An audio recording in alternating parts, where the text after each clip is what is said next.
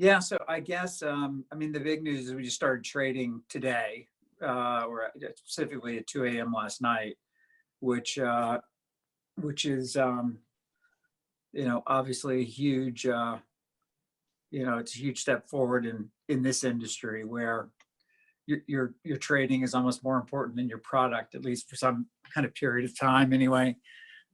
So that's great. So we're out. I think overall, we're doing pretty well given, I mean, the way I look at it is if you are doing better owning our coin than Ethereum, then that's a win. And so, so, we have, the last time when I started a bunch of companies, as you know, but the last company that I ran was CNET Networks, and it took about 2.5 years after we started to become a NASDAQ 100 company. And we were, CNET was the same as VideoCoin. It really was like a DApp, right? It wasn't a search engine like Ethereum. It was a vertical. And we turned that vertical into an enormous vertical. I mean, we were, as a content site, we were probably the same size as the next 10 content sites added together. I mean, we ended up in 2000 getting up to about a $500 million a year run rate for a content vertical. And so, the good old days. Yeah, but it was the old days. But I mean, even a $500 million content site today, yeah, it's super. Would be pretty extraordinary.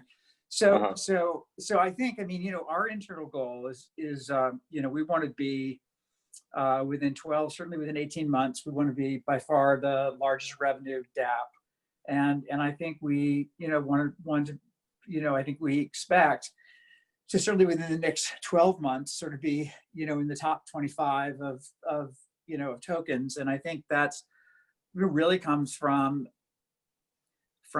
in our case, not necessarily with sort of cleverly manipulating the market, but actually driving legitimate partnerships, revenue, all the kind of things that one does, the metrics in a traditional business. And I think honestly, the things that are somewhat absent today in the crypto space. I mean, it's very it's obviously very momentum based. It's very trading based, and I go back to the late 90s, and the market had a lot of the same characteristics, right? I mean, day traders were the one who drove the market, and we're sort of building this, as what we're building is not a function of the trading market, but a function of measured by how businesses themselves do.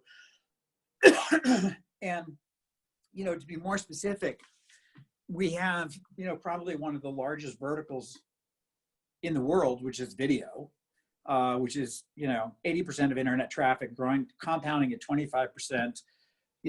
Everything that's going on in media today is about streaming, literally everything. I mean, companies like Disney are buying Fox because of streaming. Companies like AT&T are buying Time Warner because of streaming.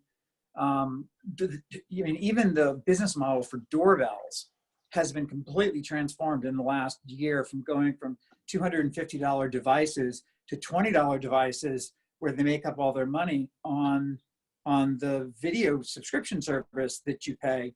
And I'll tell you, every one of those doorbells has to have somebody process the video in the cloud, right? So, I mean, the size of the market we're going after is absolutely, stunningly large. So just as, the great thing about CNET was, even though it was this sort of vertical app, everybody on the internet was a computer user. And that's kind of why we were able to sort of build this sort of supersized, content destination that kind of had the same economics of a search engine. And again, everybody on the internet's a video user. I mean, everybody. There are a lot of various different dApps that do different things, from gambling to whatever. But the reality is, everybody is a video user. So so we have a very large playground,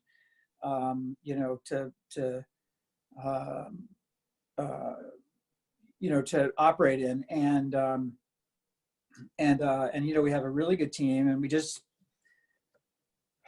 added Hanno Basse, who's the CTO of 20th Century Fox, and he's now running what we're calling our decentralized media infrastructure group.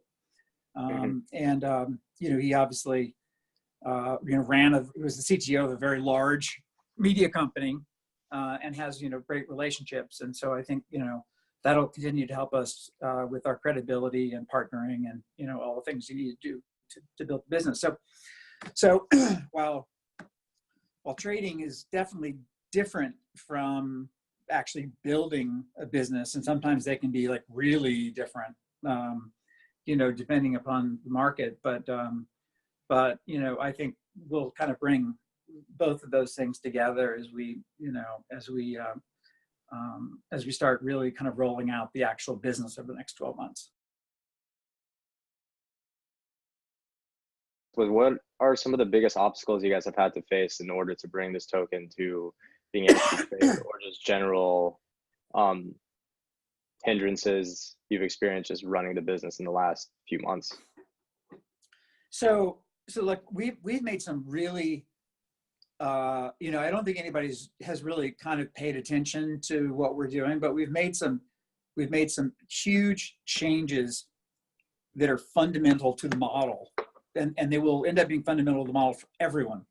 But the first action we took was to eliminate all inflation, right? And virtually every project out there has inflation as part of its as part of its model. It's just the way the system works, which is the way the technology works. You get compensated by creating more tokens, and creating more tokens does not create more value. It just dilutes everybody who is who's part of the ecosystem. So we started thinking about it, and we're like, why would we just create more tokens? Like I mean, I know everybody does that because Bitcoin does that, but Bitcoin did that for a very specific reason. And if you're building a business application, what is the reason for token inflation if what you're really doing is just processing video for businesses that need video production services? There's no reason to create more tokens, and so I think that change can ultimately apply, and will apply probably to many different blockchains. If I were starting one now, or somebody was starting one now, I would recommend from the beginning, no token inflation unless you can figure out a really good reason why it helps everybody. So that's the first thing. So the second thing that we've done, which is, I think absolutely critical to anybody who is seriously, engaged with customers. And what they'll find is that when you start talking to customers, they will tell you that having to buy a token from an exchange and use it as payment inside of an ecosystem is, for many companies and individuals, a non-starter. In other words, Fox is not going to go to an exchange and buy $100,000 worth of VideoCoin, drive the price up when they're buying it, or have a trading operation to try to avoid having that happen. Putting those tokens on deposit at VideoCoin and watching the value go up and down every single day. And then the data center partners that we have who are processing all of this video, they're not going to want the amount of money that they're receiving, that they're bidding on. They don't want that to go up and down every single day, right? So I mean, I almost see it as a litmus test for dApps. If you're a dApp and you're really talking to customers, what you're going to hear is, at a minimum, you need to offer the ability to use your service using the currency that is native to the company that you're operating on. In other words, if you are a media company and you want to use our service, they are much more likely to use us if they can use dollars than if they have to use VideoCoin. And so, we did sort of like conceptually, right? If Amazon offered a product and the product had, at its basis was, a more complicated way of buying dollars. But more importantly, if they offered, as part of the service, when you put dollars in your account on Amazon Web Services, that sometimes you would get more services and sometimes you would get less services. And this is just an option. You could just put regular old dollars there, or there's another one that's like a casino option, right? You put your money in, and some months you get more and some months you get less. It all depends on how how this mythical market, that's going on behind the scenes. Nobody would choose that option. Nobody would. Right. Nobody would. So how do you build a legitimate competitor to these existing companies if the expectation is that everybody has to go to a market, buy money, volatile money? And, Bitcoin struggled with this in becoming a consumer, payment system. And as it turns out, businesses are even less likely to roll the dice, right? Because if they have budgets, and people get fired for doing things like, buying $100,000 worth of, access video and then having it be 50,000 at the end of the month. Mm-hmm. So we really had to figure out like how do you actually, create a payment infrastructure that's based on fiat. Fortunately, I have, a relatively rare set of experiences starting Uphold, which is connected to the US, UK, and EU banking system. So I've actually gone through the process before of integrating fiat into a crypto ecosystem. But I think that I think what Filecoin did, which is sort of like a half step, is instead of using Filecoin as a payment system, they're going to use Ethereum. And I think that solves half the problem. It solves the first half of the problem is really around liquidity in the market. So if you were to go buy Filecoin when it trades and buy $100,000 worth, you move the price. $100,000 worth of Ethereum would move the price less, right? So they get liquidity, but the problem is Ethereum has all the same problems that Filecoin would have, which is it's still, as we know, incredibly volatile. So how do you make sort of a next generation service that takes advantage of the blockchain, because the blockchain allows us to find and engage computers all over the world, in this new ecosystem that we've created that's cheaper than the traditional centralized players. But how do we make it just as easy for customers to be able to use us as to use any of our competitors? So being able to create a fiat-based pathway. So what does the token do? Well, fortunately in our model, the token was always designed to be used as a staking mechanism.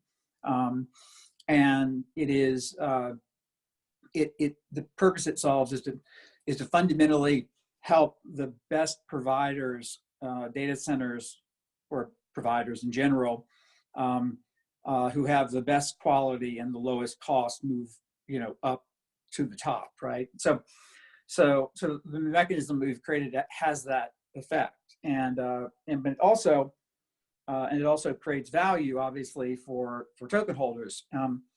In our system, the value that token holders get is fiat-based payments.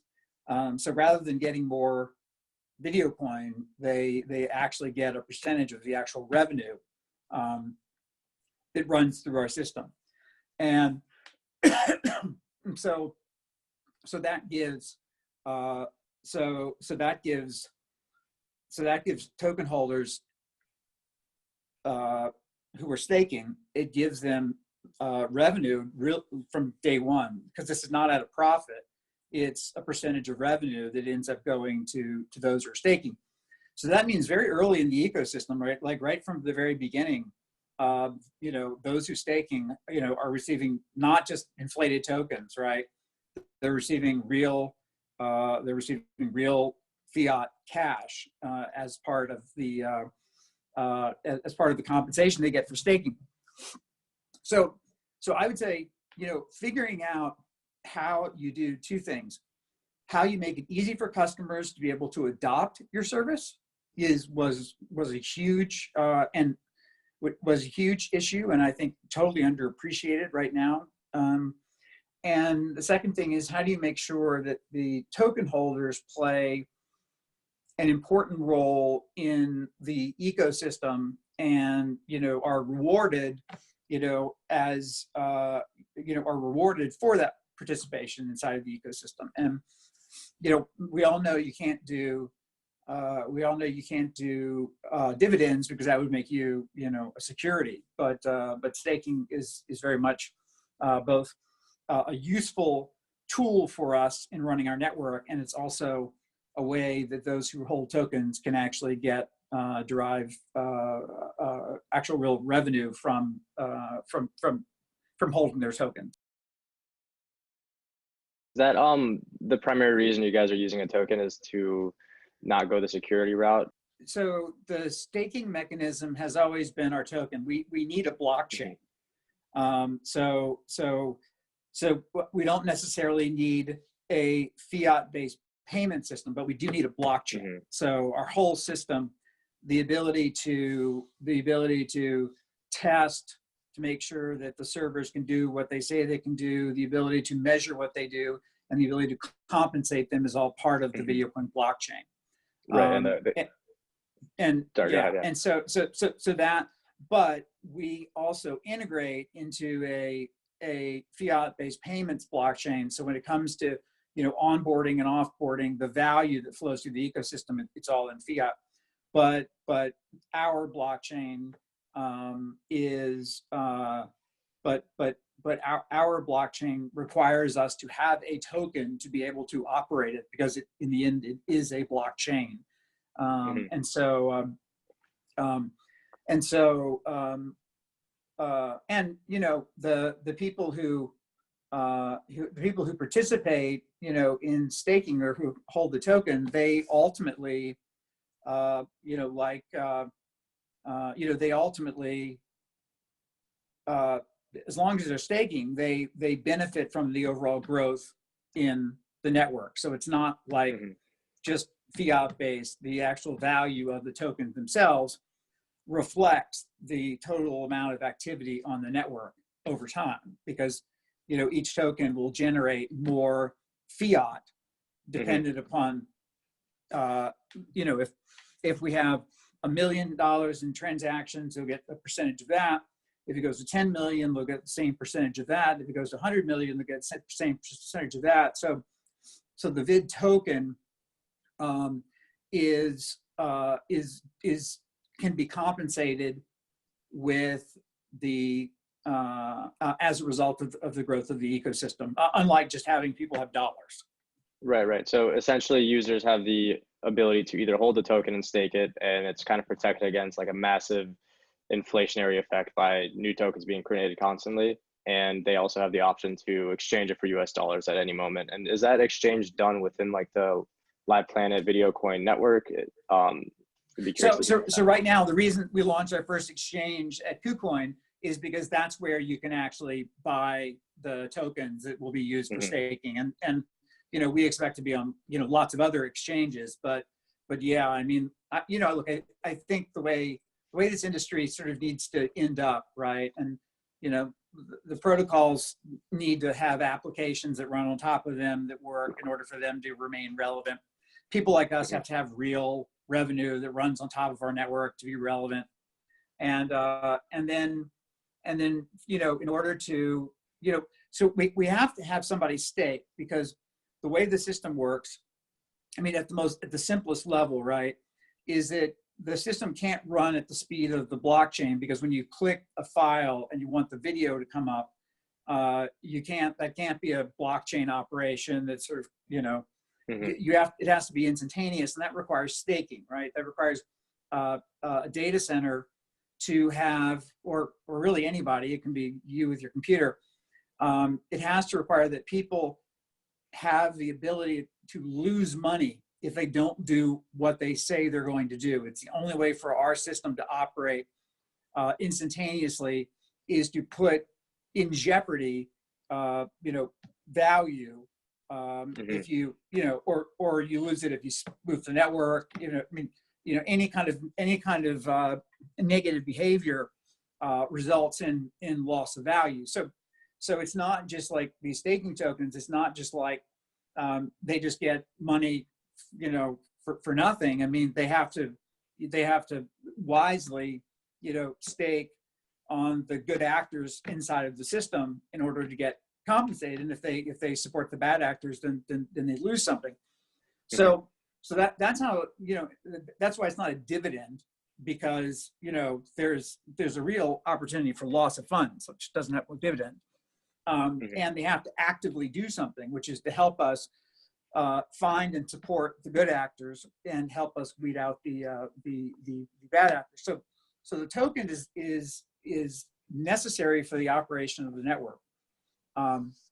But by the way that we set it up so that people participate from a revenue standpoint, you know, you can imagine in most businesses, you typically, you know, I mean, Amazon probably took 20 years before people were getting, before they had earnings, right?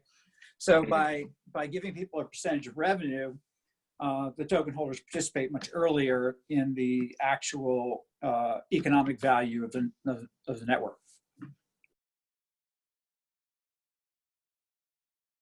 Right. And then how does the company itself make money? Is it primarily just from the mechanism that naturally just compensates the other users? No, so I mean, we look very much like Airbnb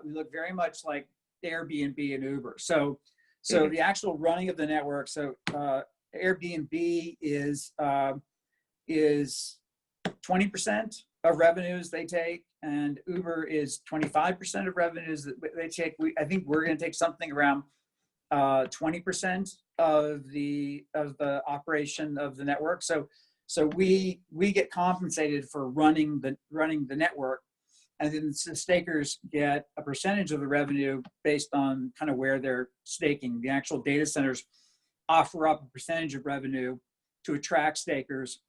Those that have more token stake get more business effectively, and the stakers also obviously provide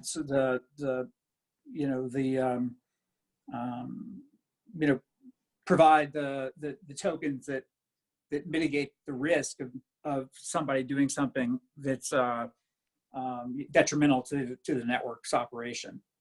Mm-hmm. Gotcha. Cool. Yeah, I mean, you know, if you kind of think about it, right, you know, one of the big problems, I mean, it just makes intuitive sense, right? One of the big problems with adoption is you can't ask people to go to an exchange. You know, there's a big difference between using a credit card, wire transfer, or, you know, ACH, you know, sending money. There's a big difference between using the typical payment methods and having to open an exchange account. And the problem is that we found is there are a lot of businesses who have a no crypto policy. Like, you know, they just, it doesn't matter. You literally just, they're not allowed to open exchange accounts inside of the company and deal with crypto. I mean, we're seeing this in a lot of different places, and you can obviously understand why that might be for big businesses who don't want to, you know, Right. You know, they don't want something to happen that and somehow embarrasses them in some way. Yeah, that's one thing I never really understood about all these companies that have a utility token, but their main target customer is enterprises. Like, I don't know if they've ever dealt with an enterprise ever, but getting anything done is extremely slow and difficult. And then adding in, you know, a token that very few will understand at the organization that has to get passed through each chain of command is just, it's a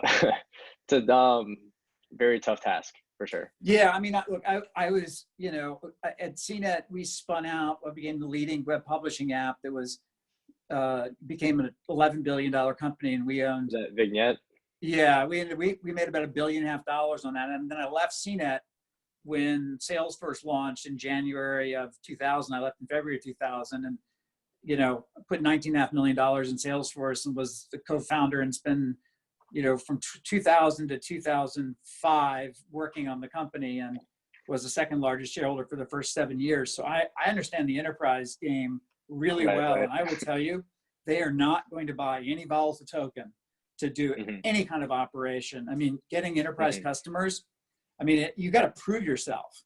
And they won't even consider you if the gateway into trying you is to send them to an exchange to buy money that isn't worth the same amount when they deposit it. I mean, you totally understand. I mean, getting enterprise customers is really, really hard, and you have to do a lot of things that are very difficult to ultimately get their trust. I mean, we at Salesforce, I mean, we started off as small companies. I mean, there was no big company that was, had any interest at all in us, and it took years for us to build up the trust, because at the time they didn't want to just go put all their sales data in a website, and so I mean, so I have, I've and obviously, running CNET, I saw the technology industry and how it operated, so yeah, you're absolutely right. I think anybody who's going to go after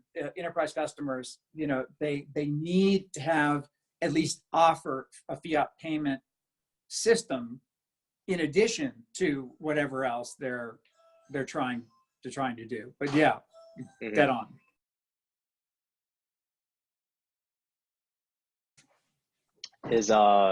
Have you guys considered it more of like a stablecoin sort of model where it's already hedged or pegged to a dollar asset? And then the follow-up question to that, which is going pretty off topic, is I'd love to hear your thoughts personally on like how Facebook Libra is going to be operating, because it's kind of the first I guess application at such a huge consumer level that's going to provide something effortless for people to get into cryptocurrency with international payments.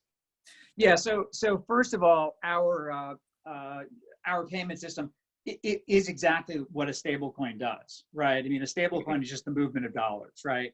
So the payment system for us, it's just movement of dollars. Fox puts money, sends us a wire or credit card or whatever it is. They don't even see how it works on the back end, and then the data centers have a wallet, and just like a stablecoin, that wallet gets incremented every time they do something in dollars, and then they can go and put it back in their bank account. So what's happening is very much like a stablecoin. The only difference is stablecoins today are kind of weird. You have to like use Ethereum to move dollars. What we're doing, you use dollars to move dollars and euros to move euros. So the stablecoins don't work for businesses either, because they can't go buy Ethereum to move a dollar, or they can't, So stablecoins still have a flaw that needs to be addressed. Any necessary use of an exchange or requiring two currencies to move one is too much friction for any of these guys. So think of it as a stablecoin that doesn't require some crypto value to be able to do it. So it's actually much easier than the stablecoin. And the second question is, so I mean, look, I don't think Facebook Libra is going to work, period. And I spent a bunch of time before I launched Uphold thinking about when Uphold launched, we supported Bitcoin in 15. We supported 15 stablecoins. They were all basically 15 currencies right out of the gate. And the idea was people could move from the volatility of Bitcoin into their local currency and back and forth. And so you gave people, a very simple way. At the time, what you had to do was on Coinbase, you had to take your Bitcoin and sell it and put it back into your bank and then move it back. They didn't have even a dollar wallet back then, right? So we created a very simple way to kind of get out of the volatility and back in, sort of as almost as like a trading system, but really a way that consumers could engage without all the terror that sometimes comes along with cryptocurrency. So here's the problem. So first of all, what you don't do is when you're filed $5 billion, you don't then come back and tell the United States of America that you're going to replace the dollar as the global currency. Like It's just, Right. that's, you know, that in business school, that should just be one thing you learn, is if you get a $5 billion FTC fine, which is by far the largest in the history of the country, and a Federal Trade Commission, you don't then come back immediately within days and say that you are going to remove the United States ability to control the financial service, control the banking industry. And you have to understand, like, people don't really understand this stuff, but there's a very important, it's very important that the United States control the dollar, and it's actually important for global stability. And the reason is because the control over the banking system has actually replaced war. So we don't go to war with Iran. We shut off access to the banking system. That's functionally what happens. Or we do it with Russia. And when we do that, it is a form of economic war that's really effective. It's really, really, really very effective. So when the government sees somebody like Facebook trying to take away the tools that the United States uses to avoid people going and dying in places, right? And I mean, this is true. I mean, we've gotten places like North Korea and Iran. I mean, we have made, it has been successful, and it has clearly, over time, it has clearly been a much better surrogate for sending troops out and dying on the battlefield. And so I don't think Facebook even understands like what it is that they are, that I don't think they even appreciate what it is that they're trying to replace. I don't think they understand the bigger, you know, macro picture around, you know, why it's incredibly important for the United States and for the overall kind of global balance. And I mean, you can say, well, you know, Trump uses it, you know, too aggressively in some cases, but the fact remains, it does stop wars today. It's actually a very, very effective tool. So that's the first thing. You don't try to take away this tool that's helped balance the, you know, the global, you know, that allows to sort of keep the, you know, bad actors around the world in check without, you know, going to war. So that's the first thing. The second thing is that when you create a currency like theirs that's a basket, it's good for everybody, but great for no one. So this basket of currencies that they have, right? If you were to start holding your money in this basket, right, what you would notice is that it would not deviate from the dollar by very much, but it would deviate from the dollar.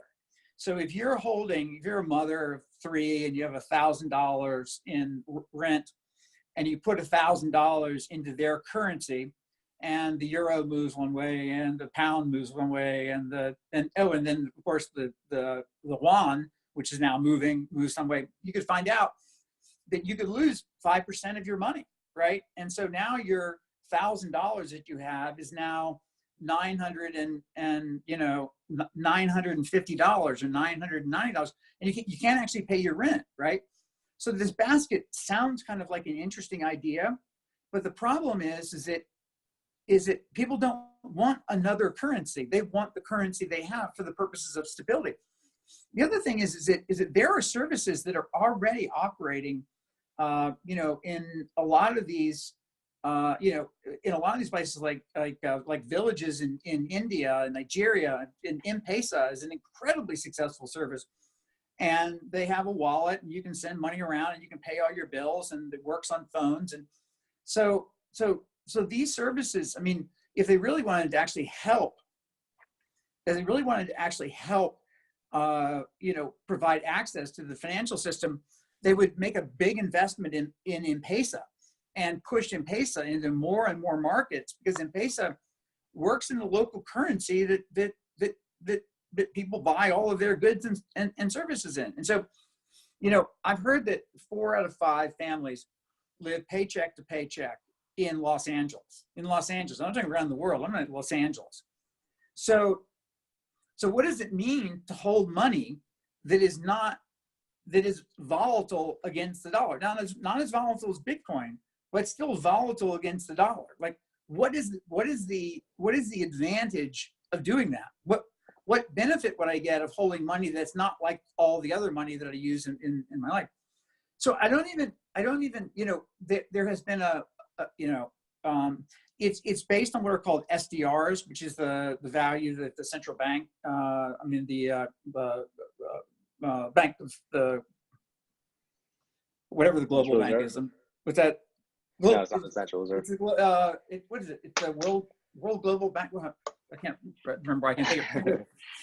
But it's the form of value that when countries take out loans, it's the form of value that they use for getting loans from the World Bank. Mm-hmm. And the reason is because they need to take out a loan in something. So, you know, before it was dollars, and the problem is if their currency moved a lot relative to the dollar, they'd have a hard time paying back the loan.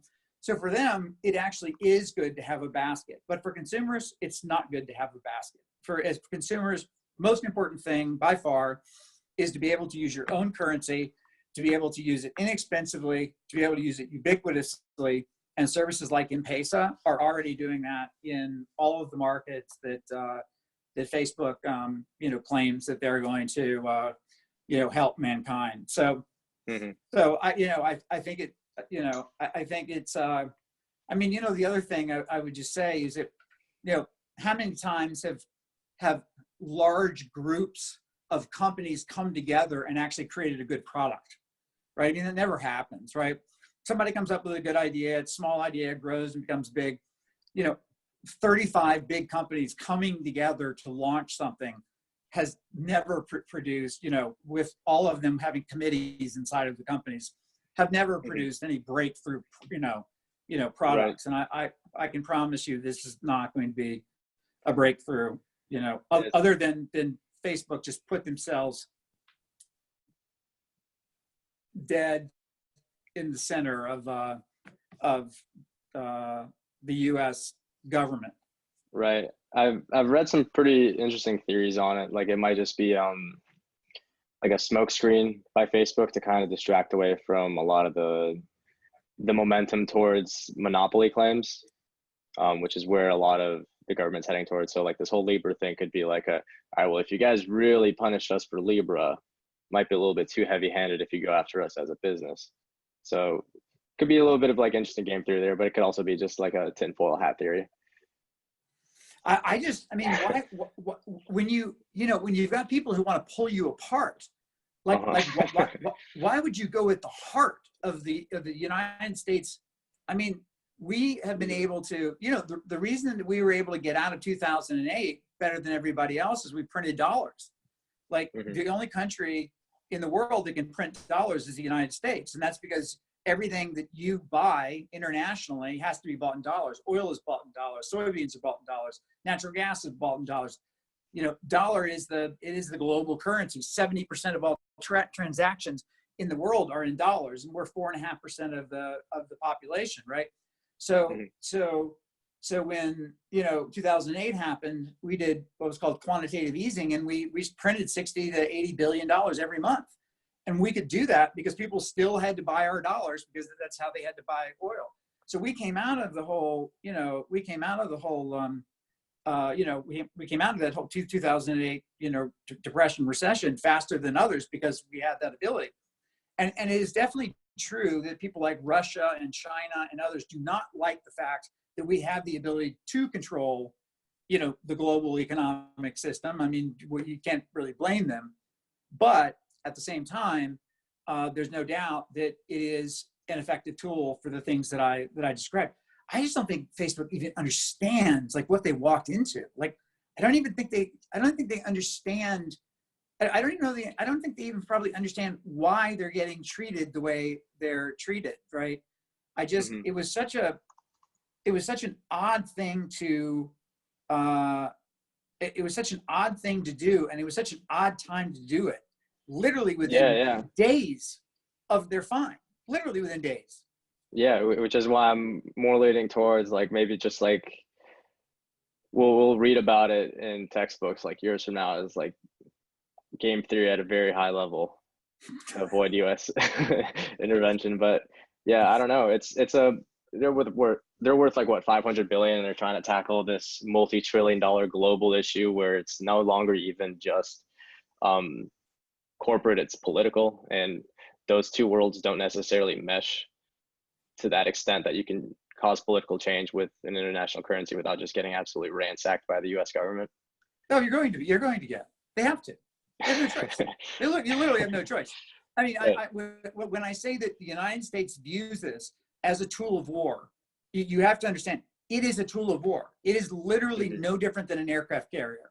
And so if you are, in fact, it's much better than an aircraft carrier, because we have aircraft carriers over near Iran, but controlling the U.S. banking system and keeping them, from basically from their economies, from being successful. That's a better aircraft carrier than the other ones. It's like, it's like shooting down stuff and preparing to shoot missiles and stuff.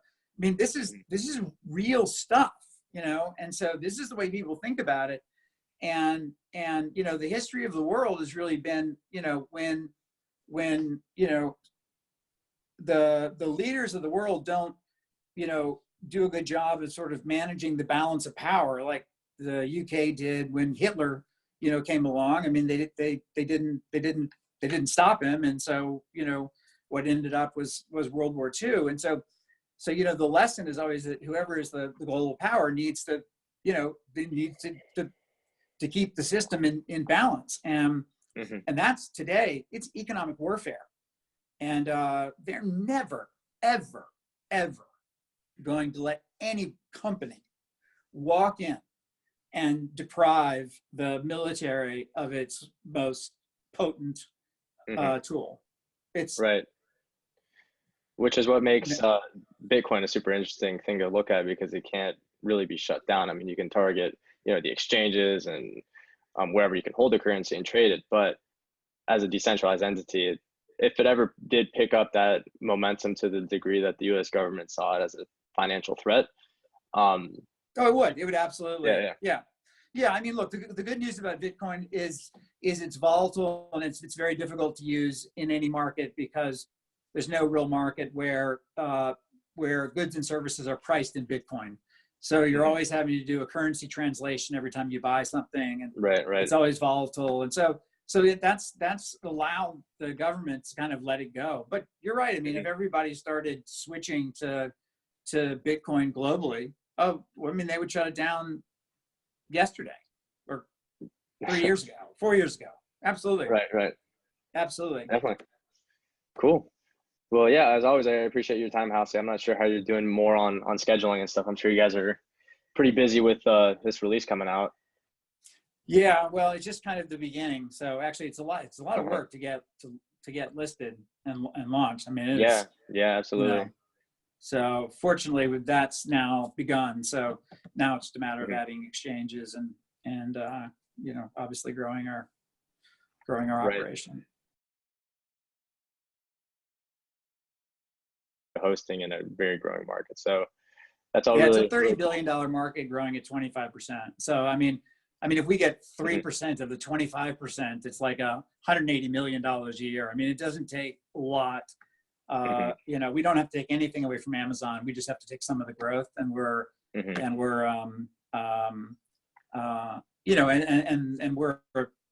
it would not take much for us to be by far have the most revenue of any utility token.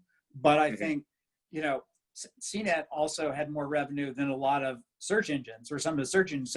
So I mean, I think it's possible in 18 months, we could even have more, revenue than even the entire ecosystem of some of the protocols, right? I mean, the protocols are going to have to, at some point, somebody's going to have to say, here are the applications that are working on the protocols, and here's the revenue that's running across them. And I mean, there's going to be a point where they just can't say that we're all about the future.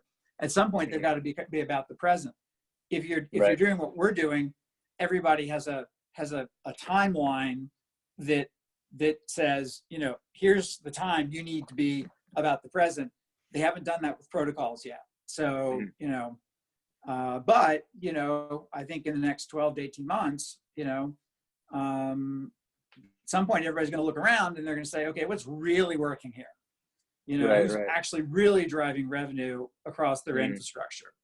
And you know, that when, you know, back in the 90s, when there were thousands of internet companies, it ended up being, you know, by 2002, it ended up being a very small group. It was eBay and PayPal and CNET and Amazon, you know, and Yahoo, and it ended up not being a huge group. It ended up being a pretty, you know, pretty small group. But yeah, so people have to solve these obvious problems like payments, particularly if they're going after the enterprise, as you kind of pointed out.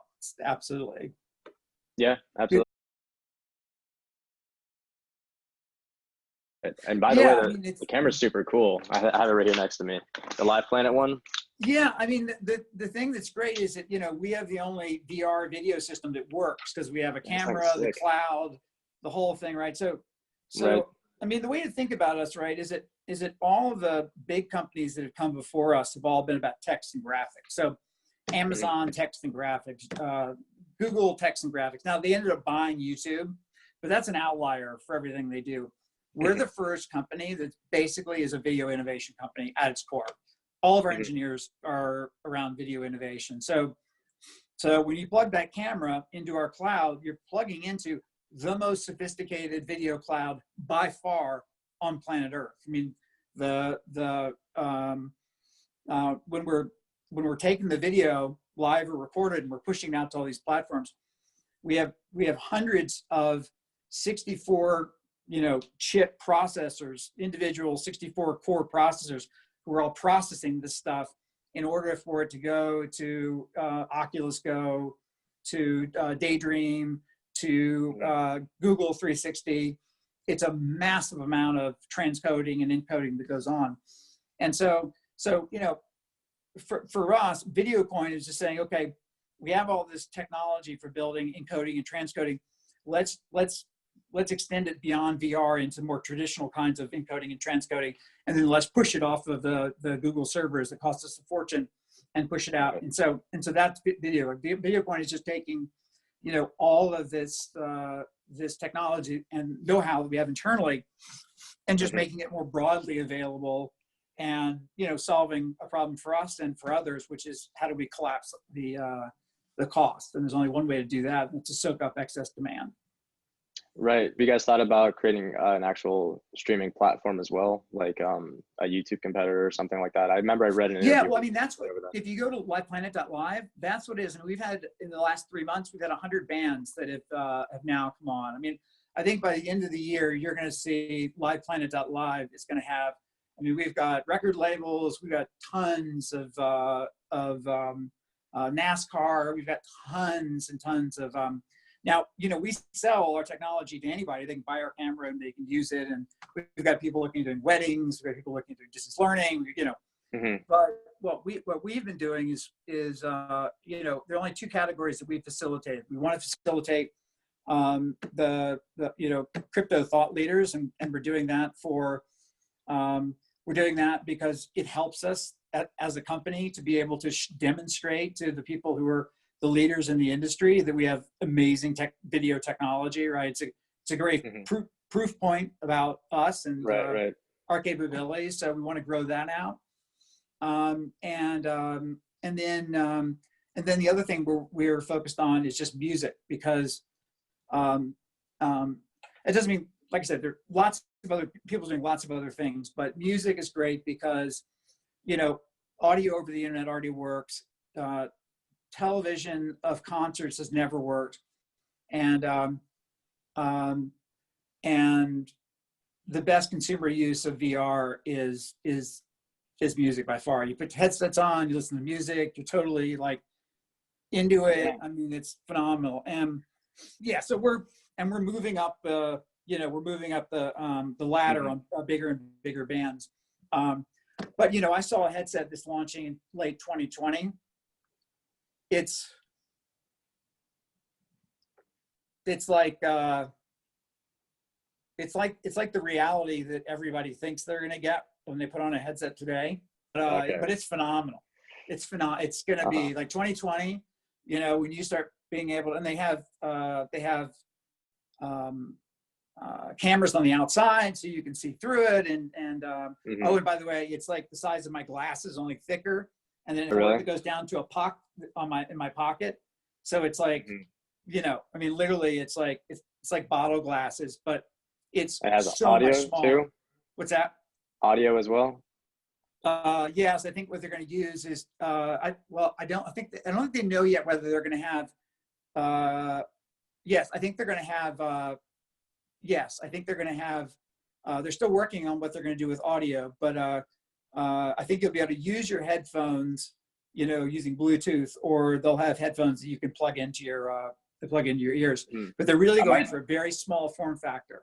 So you have to understand, we're really the only people who actually make a system that works, right? And so we're working with the other camera makers so they can integrate into our infrastructure. But I mean, if you try to go get any other camera and try to do live streaming to any of these other platforms, if you spent a month on it, you wouldn't be able to pull it off. You know, what I'm trying to do is trying to find the simplest and easiest way for content providers to transition into VR, right? So, so the workflow for our camera is really quite simple. You can set it up, you can be right up and running. You know, you can set it up and be doing live in 15 minutes once you've kind of set the camera up. And even setting it up takes, you know, a couple hours. But I think the next dev cycle is going to be about what I call fusion, right? So you can go and create your 2D video, and then you can upload your 2D video, and you'll have it almost like Netflix in VR. You'll have the screen where you can kind of watch it. But at any given time, you can intersperse it with VR video, or you can click out and do VR video. So, you know, for a lot of the big YouTubers who are building something, right? You know, they've got a build project. They can take their existing video and they can just stick inside of it VR. So you go from watching it, you know, exactly as you would on YouTube, to going into it, to going back to watching it, to going into it. And so you take the entire workflow that people already have, and you just start layering in, you know, VR content. And, you know, I think that's really what the future of VR looks like, right? Don't try to battle television production, assimilate it, and then extend it. And so when you see our next, you know, our next big dev release, that's kind of where we're going. It's this fusion model. Absolutely, yeah. And I mean, in my personal opinion, I think the biggest opportunity with VR is just the obstacle a lot of consumers have to actually getting thrown into that world. So very few of them have headsets, very few of them have tried it, which makes it that much easier for a company that can solve that problem to also onboard all the content creators, because content creators are primarily after the audience, right? That's right. Why they're making videos on TikTok and Vine, and they're like, I need users, you know? So if there was that system where like they can be the VR broadcaster. That's, you know, our goal is I want every one of these big guys to think, you know what, we've made it easy enough to add really cool content that if I don't do it, other people are going to do it, and they're going to get a step on me, right? So there's some point where you realize that you have to fear it being successful. Like it needs to be easy enough to use and good enough that you worry other people do it, so you have to do it, right? And so reducing that barrier is letting existing content come into the system and work, and then being able to add really cool stuff into it very, very easily. And capturing content on our cameras really easy. We just need to make it simple online for you to take your linear video, for you just cut in, you know, VR chunks. You push your linear out on YouTube. You push your linear plus VR out through us, and it goes to all the VR platforms. So Google, Facebook, HTC Vive, you know, at some point Apple's going to have something, et cetera, et cetera. So, you know, we just make it easy to to create and to reach all these balkanized communities, which, you know, outside of us and our cloud, there's really no way to reach, you know, all the VR platforms. Well, really, there's no way outside of our cloud, period. Have you tried again? Have you done any looking at yourself locally yet? I'm about to. I have all the setup. I got on board with all the equipment. And I've also been brainstorming of ways to kind of just turn it on and watch yourself. You'll flip out. It's it's the coolest thing. It takes about 15 minutes for you to get it set up so that you can actually look at yourself. It's the coolest thing that you know that people can do in VR is to actually be able to watch themselves.